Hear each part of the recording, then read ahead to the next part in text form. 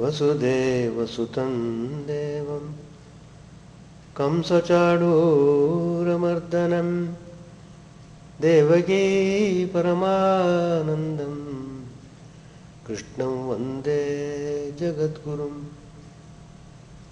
असतो मा सद्गमय तमसो मा ज्योतिर्गमय मृत्योर्वामृतङ्गमय ॐ शान्ति शान्ति शान्ति. Let us offer our salutations to Lord Krishna, the embodiment of bliss, who came to establish dharma and punish the wicked. Let us pray to him to lead us from unreal to real, to lead us from darkness of ignorance to the light of knowledge, to lead us from death to immortality. We are studying Bhagavad Gita, chapter 6, the yoga of meditation. People like to meditate. In fact, they show great interest in building meditation halls. But how many people do really meditate in the hall? Anyway, what I mean to say is, you have to prepare your mind for meditation.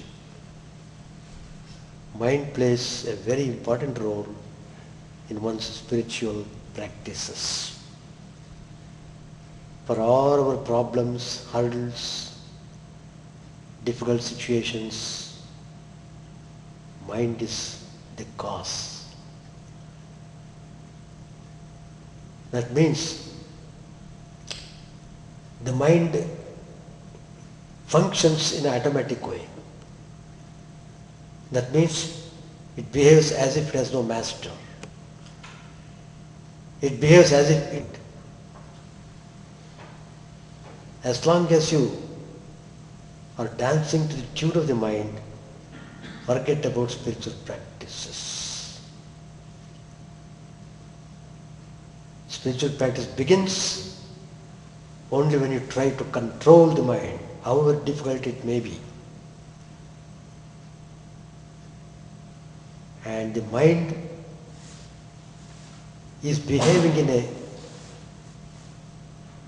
very inimical way because we have injected into the mind all sorts of negative ideas and horrible samskaras are created in the mind and they come up on the surface. What is not there, it won't come. Whatever you are seeing on the surface of the mind has been there already for some reason or other. But sometimes we know, sometimes we do not know. Whether we do it knowingly or unknowingly, it is recorded in the mind. So, mind just functions according to its own input. So you have to prepare the mind very thoroughly. In order to prepare the mind thoroughly, you must have very strong willpower. Stop giving any excuses when it comes to the practice of spirituality. That's the first lesson you should learn if you are serious about sadhana. Because everyone has to struggle and fight out one's own samskaras. Each one's mental imprints are quite different. They are not at all identical. Each one is different. Each one's mind is different. But the technique is the same. So here Lord Krishna very emphatically tells us, Bandhuratma atmanastasya yenatmaivatmana jitaha anatmanastu shatrutve vartetatmaiva shatruvad. Very clear terms Lord Krishna has told us who is our enemy, who is our friend. The friend and enemy, you don't have to find out outside. They are in your own heart. Here, mind is the friend and also mind is the enemy. How? Mind is a friend when it is controlled. When it is made to behave properly, then it acts like a very good friend. Sri Ramakrishna tells in the Gospel, as you progress spiritually, mind itself becomes a guru. But that stage is very high stage. In the ordinary level, don't get deceived by the hallucinations of the mind. So, mind is a friend. And it acts like enemy when you don't have control over it. That's why mind is compared to monkey. Completely restless. So, it makes the man restless in turn. So, we are peaceful or restless depending upon the state of the mind. If the mind is quite calm, you are peaceful and happy. If the mind is agitated, stressed, you are unhappy. So, happiness and unhappiness depend upon the state of the mind. How you maintain the mind, how you are struggling to purify the mind. So the impurities of the mind are the causes for our sufferings in the world. He who has conquered his mind, through what method? Through Viveka and Vairagya. Viveka, through right discrimination and dispassion.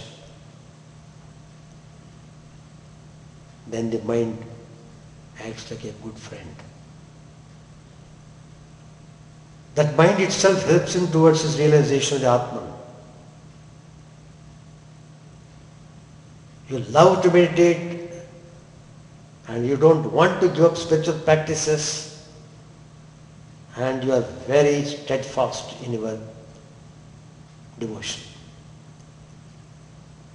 But the uncontrolled mind behaves like an enemy. Consequently, it harms the person. So all of us are tormented because of the inimical nature of the mind. So, when you come to spiritual life, your utmost attention should be on the control of mind. However difficult it may be, you have to do it.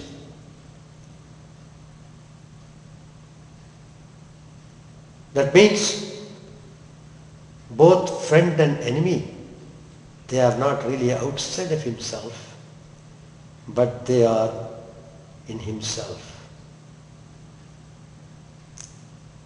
How are they? That is, the conquered mind is a friend. In other words, mind which is fully occupied with thoughts of God, Brahman, Atman. One is eager to think of Brahman, Lord. He is really different.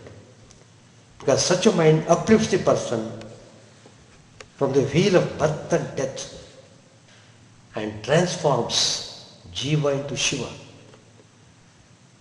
The embodied being realizes his true nature and becomes one with Shiva, becomes one with Brahman. When that true identity is discovered, then that being does not have to suffer anymore and he will be peaceful forever. That's why it's called everlasting peace and everlasting bliss. One gets through spiritual realization of the divine. Whether it may be divine form of God or it may be your own Atman. By trying to experience that glory of the Atman, one has to go through the mind.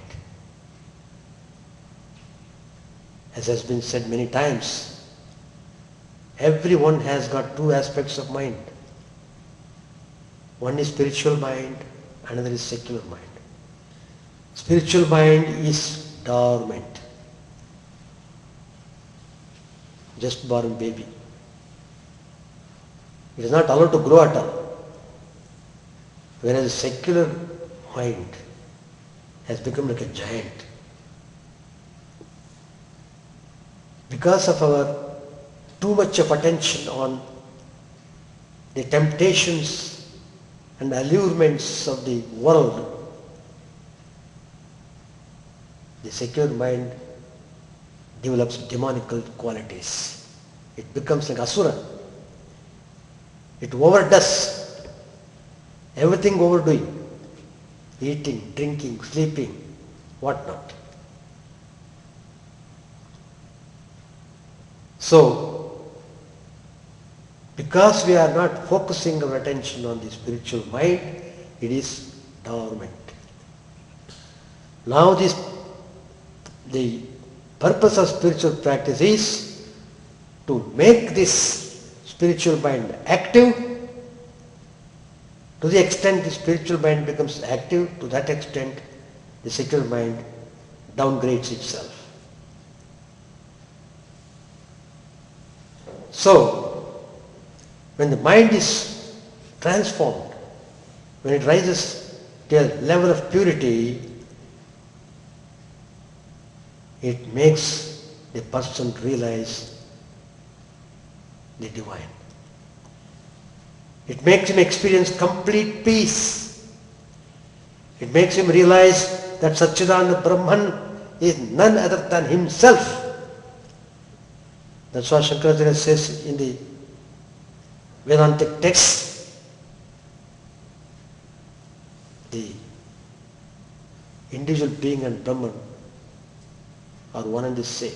The embodied state is taken out. What remains is Brahman itself. So, such a person is firmly established in his experience. Thus, this mind helps the embodied being immensely in achieving the goal of realization of Atman. That is the spiritual mind. Just little bit of attention and focus on the spiritual mind is required to make it function. Such a mind is considered as a true friend. The mind which doesn't want to run after the worldly pursuits and worldly allurements and pleasures, such a mind is considered as a true friend. But the uncontrolled mind behaves like an enemy and harms the person. That means it makes a man more and more worldly. By the time you reach the age of 80 years or 90 years old, you become utterly worldly. So next birth you are again being born as a worldly person. What can you do? You behave as your mind is. Mind controls you instead of you are controlling the mind. That would be the state when you allow the secular mind to grow in a demonical way. So, the uncontrolled mind behaves like an enemy and it harms the person. How? It creates attachment and aversion and thus becomes a dangerous hurdle in the spiritual path. It drowns the person in the forest of worldliness and makes him the prey for cruel animals, animals of passion, anger, greed. Therefore, the spiritual aspirant should make serious efforts to turn the mind from worldly ways into spiritual ways through the constant association of the holy, through the study of the scriptures, Upanishads. That way you should bring mind under the control. That means by Herculean efforts one should change the enemy mind into friendly one. That means the enemy mind should die, the spiritual mind should live. By this friendly mind, one should strive for liberation, which gives immense peace and bliss. Simply having spiritual mind is not enough. You have to make use of spiritual mind through constant practice of prayers and meditation, diligently, and try to get realization of the divine. That is the substance of this verse number 6. Verse number 7 says, Jitatmana prashantasya paramatma samahitaha shitoshna sukhadukkeshu tatha manapamanayoho. One who has control over the mind is tranquil in heat and cold, in pleasure and pain, in honor and dishonor, is ever steadfast with the Supreme Self.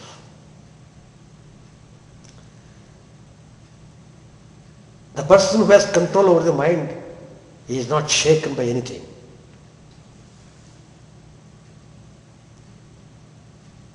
Because he desires nothing but the divine. The Supreme Self is not far distant from him, who has conquered his inner sense and whose every desire has been subdued.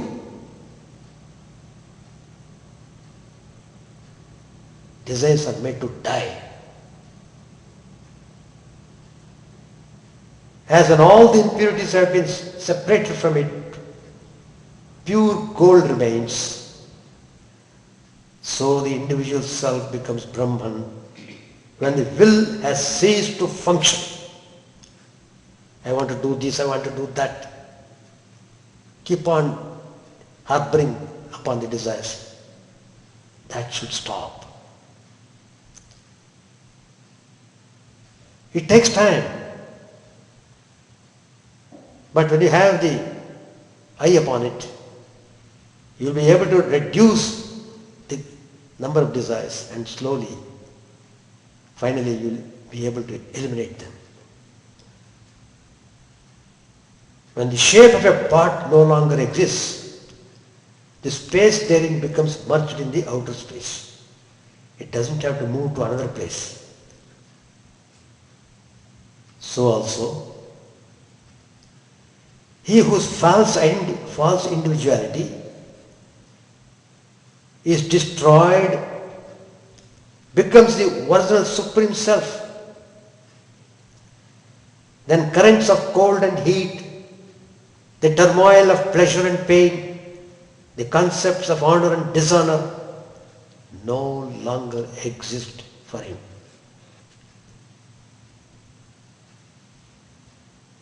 As showers of rain falling from the clouds do not pierce the ocean,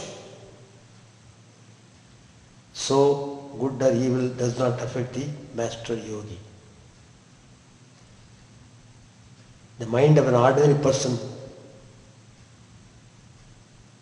is very pitiable condition. He becomes disturbed when he is met with calamities such as disease, dishonor, grief, so on and so forth. The mind of such a person loses its balance and becomes restless and disturbed. His mind never even thinks of doing meditation or prayers, etc. It doesn't want to go.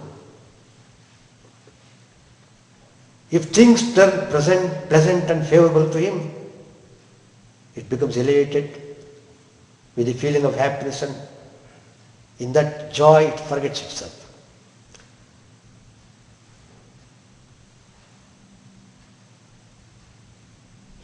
When it is met with unfavorable circumstances and situations, it becomes depressed. If it is praised by somebody, it shows up, and when it is criticized, it shows up brooding over the events and suffering with misery. Thus we find the ignorant embodied being dances according to whims and fancies of his mind, and he keeps trying to satisfy the mind. Is it ever possible? In this way, his mind cannot remain calm even for a moment, and not being able to contemplate fully on the Atman, it can never remain peaceful.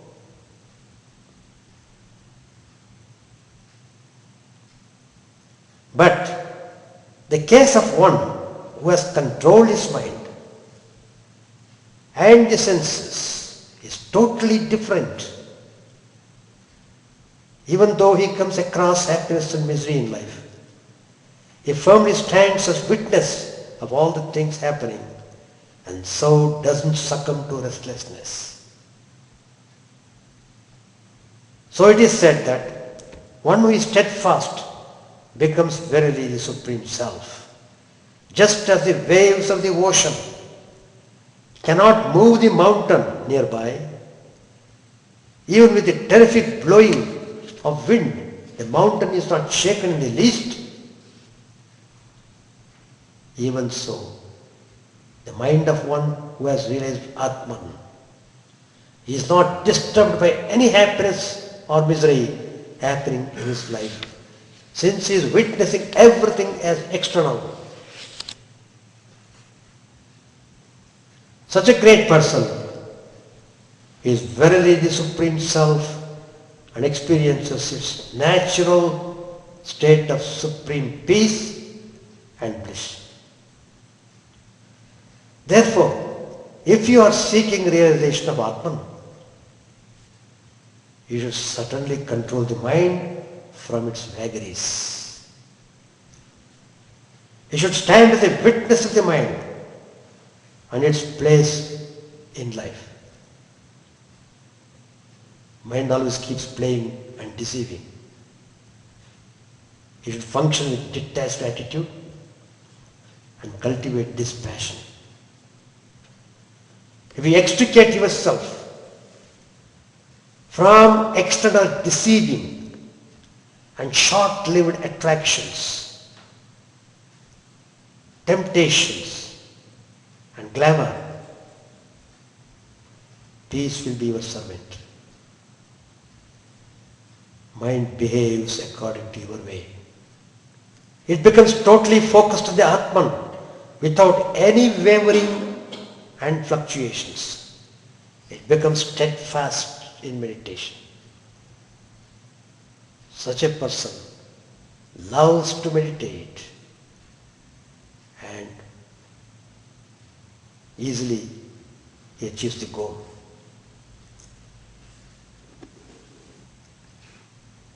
Jita jnana vijnana triptatma kutasto vijitendriya, verse number 8.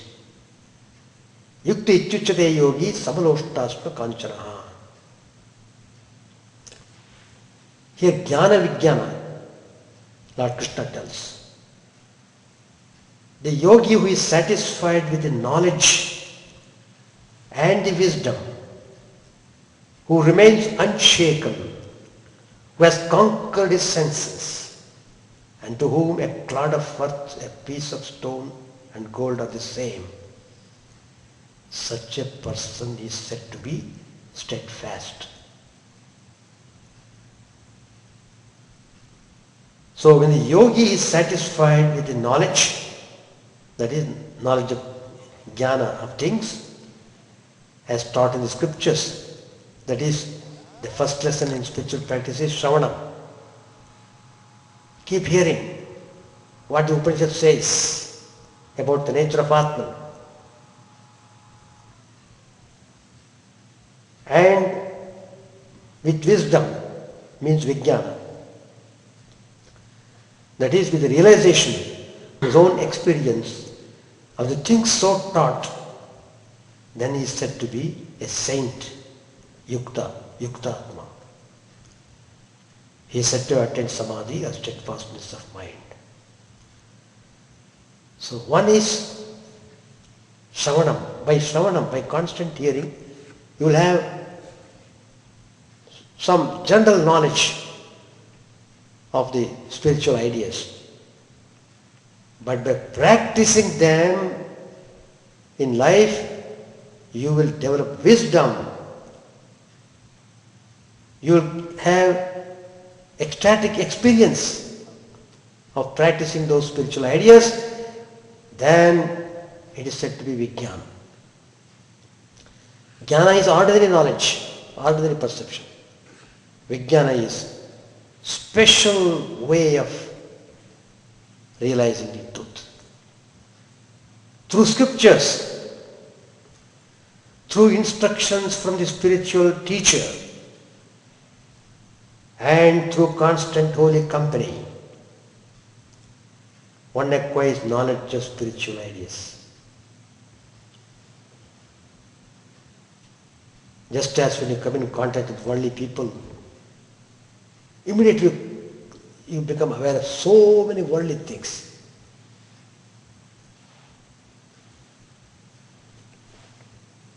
So, to have the first-hand information is called jnana. And experiencing that knowledge becomes vijnana. To get experience of what you had heard about spiritual ideas is called vijnana. To know the theoretical knowledge of cooking is jnana. But when one prepares the food according to received receipt, eats and gets satisfied, then it is vijnana. Then only hunger is appeased. So, both jnana and vijnana are important. Without knowing the spiritual ideas, how do you practice? So, Shravanam is very important. And Shravanam becomes beneficial when you practice it. If you don't practice, it remains a paper knowledge.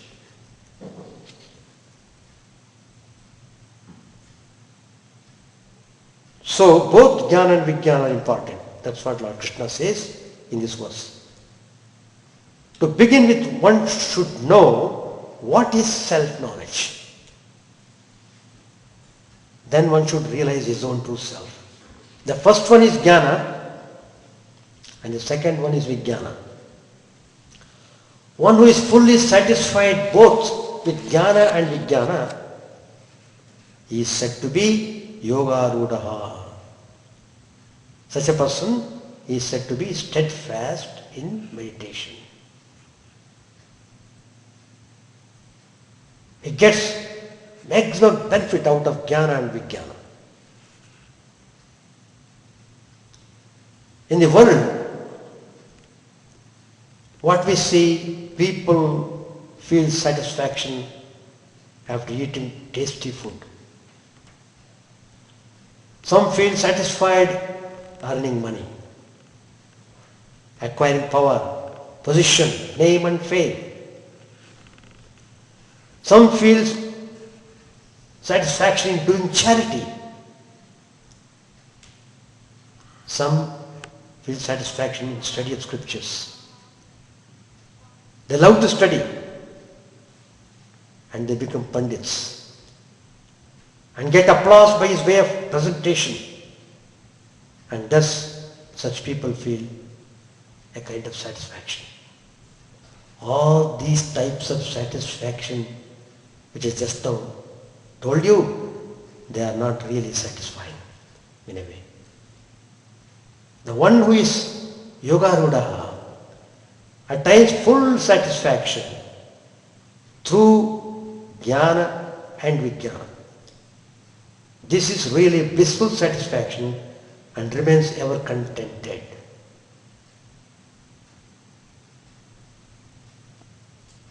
The second characteristic of yogarudha, which Lord Krishna mentions in the verse, is kutastha. Kutastha means one who is unshaken. Unshaken like the anvil. Things are hammered and shaped on the anvil, but the anvil remains unchanged. In the same manner, he is called kutastha, whose heart remains unchanged, though objects are present. His mind remains calm and steady amidst the things happening such as happiness and misery, profit and loss, honor and dishonor, etc. Kutastha is verily Atman. In that kutastha, he is firmly standing as a witness. Everything he observes, and he feels he is not part of them. The third characteristic of yogarudha is jitendriya. That means his senses are firmly under his control. All the samskaras are uprooted by him. If even there is a fraction of impression left in the corner of his mind, it may drag him out from his inward focus on Atman. That we have studied in our previous classes, how the great sage Saubhara,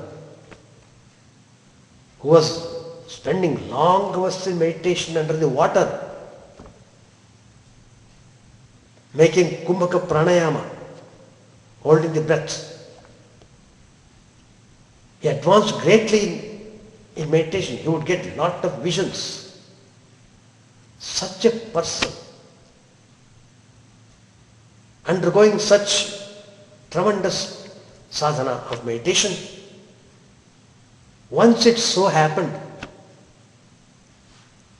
just when he opened his eyes in order to take food, he saw, unfortunately, the fish playing in the water. The fish, male and female, playing each other. That provoked him. It's like a spark of the fire engulfs the whole building. The man who had so much of control, he succumbed to the temptation. What? How this fish enjoy? Let me have the taste of it. Finished.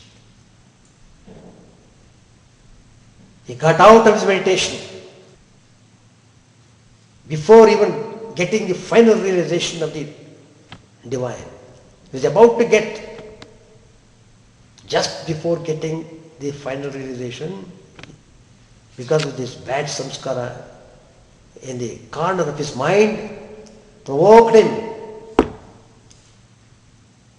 He jumped out of the water, went to the king, approached him. Please give me your daughter. I want to marry.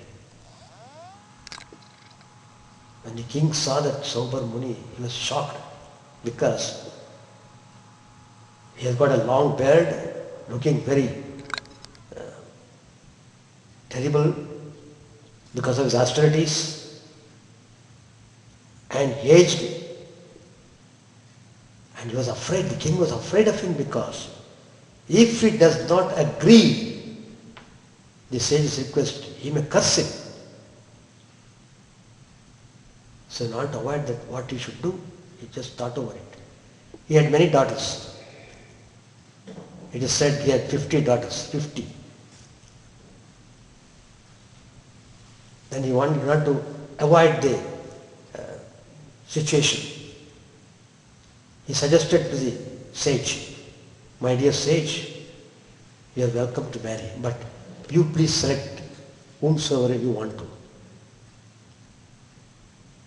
There are 50 girls are there. Anybody who wants to marry you and you want to marry, we can do. So in a way he wanted to get some relief.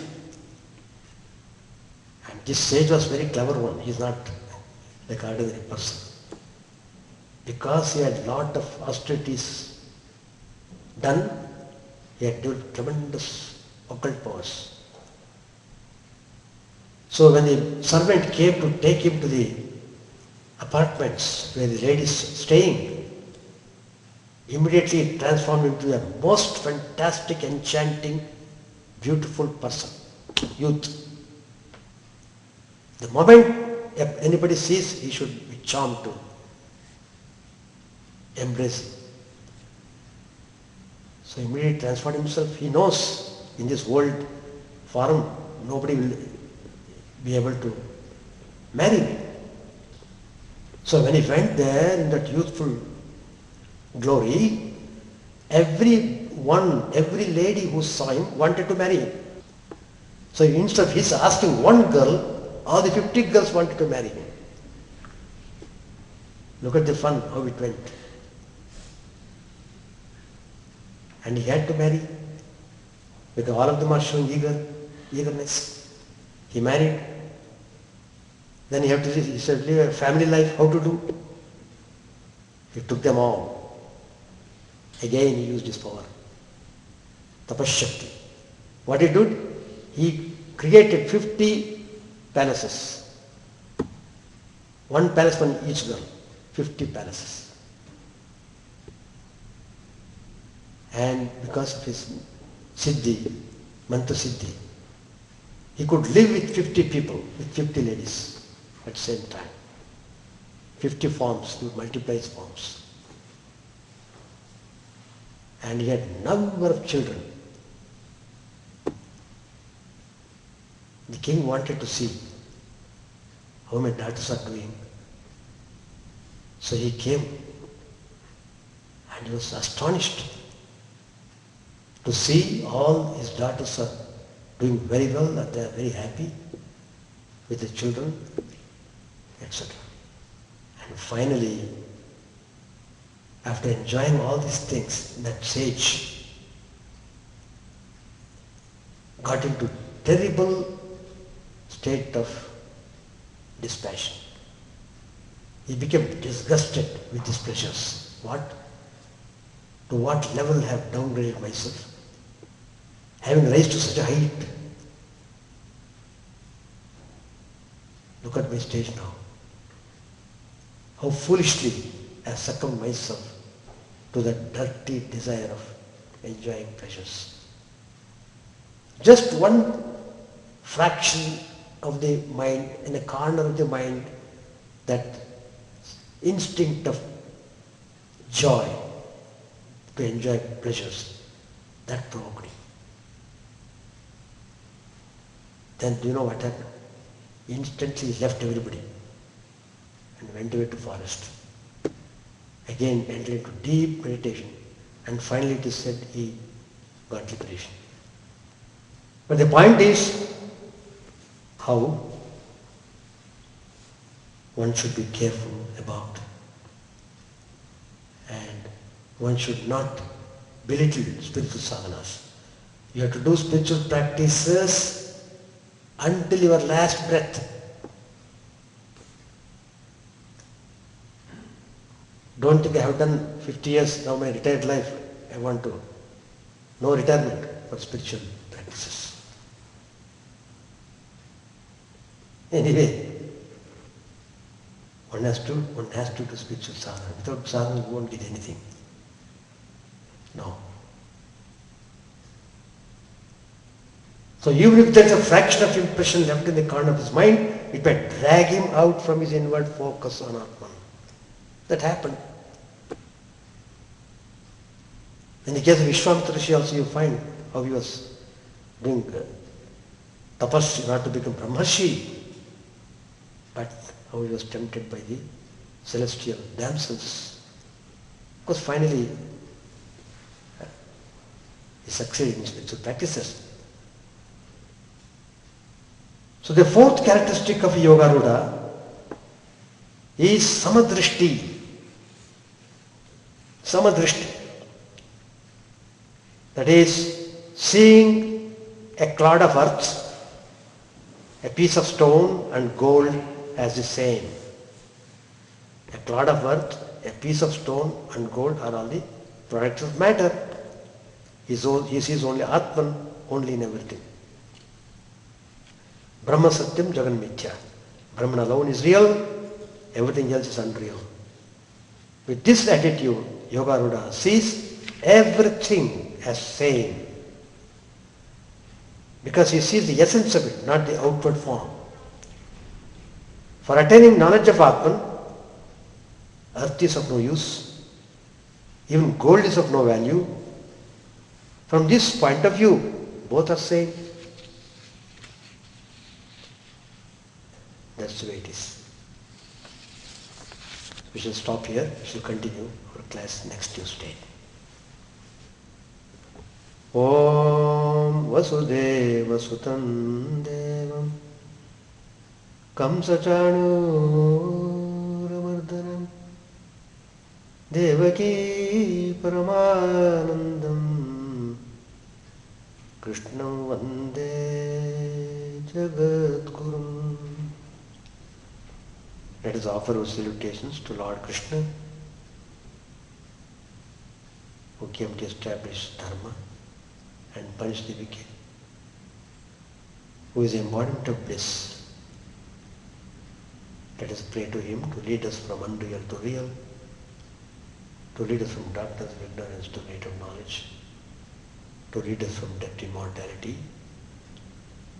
Peace, peace, peace be unto all.